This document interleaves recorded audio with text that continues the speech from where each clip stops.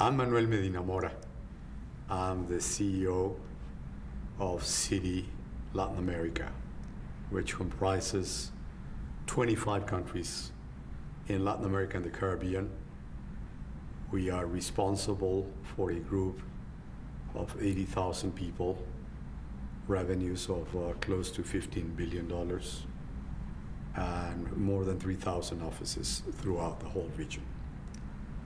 I've been with Citi for the last 6 years, but before that, and for 3 decades in banking, always in Banamex in Mexico. The crisis that started in Mexico at the end of '94 and actually unraveled throughout '95. By the year of '96, it was in full force. It has actually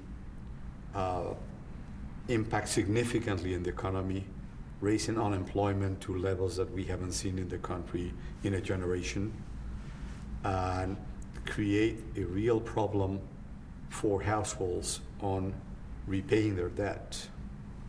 For the bank and for the whole financial institutions in our country, this meant an erosion of the capital base of quite significant proportions, and of course, a raise on the delinquency loans, much as you are now witnessing happening in the US and other parts of the world.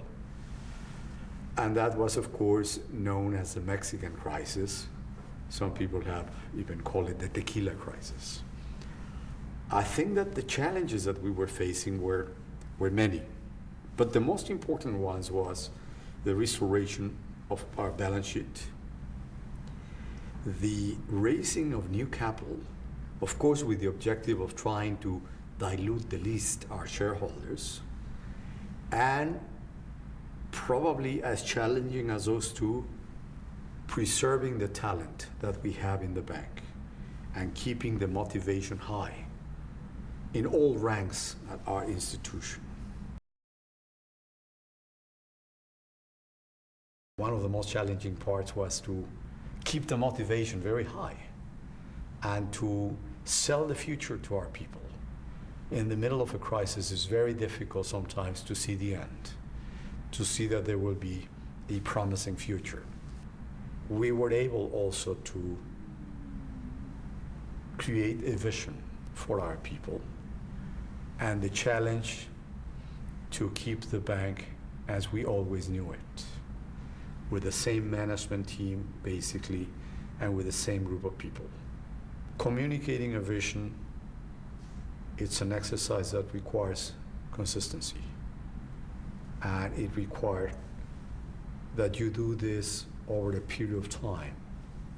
And that from time to time, you, of course, support again that vision with new examples, with new illustrations, with success stories that make clear to them that the vision is becoming a reality, and illustrate to them how their day-to-day efforts are part of that.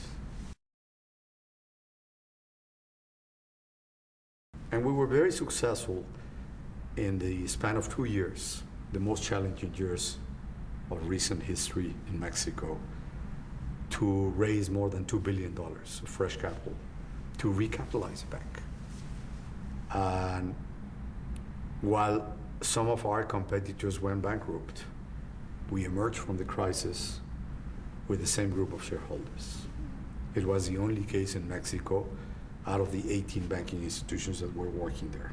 After you leave a crisis like this, and with a management team that are with you there, the team spirit becomes something very, very special.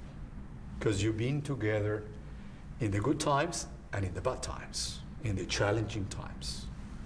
When you forge a management team and an organization that knows that they can actually, working together, find a solution to the most challenging problem, they become one.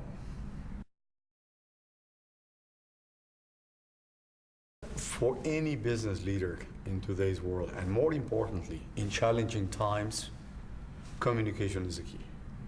I think this is part of the requisites or prerequisites to be a leader in any organization.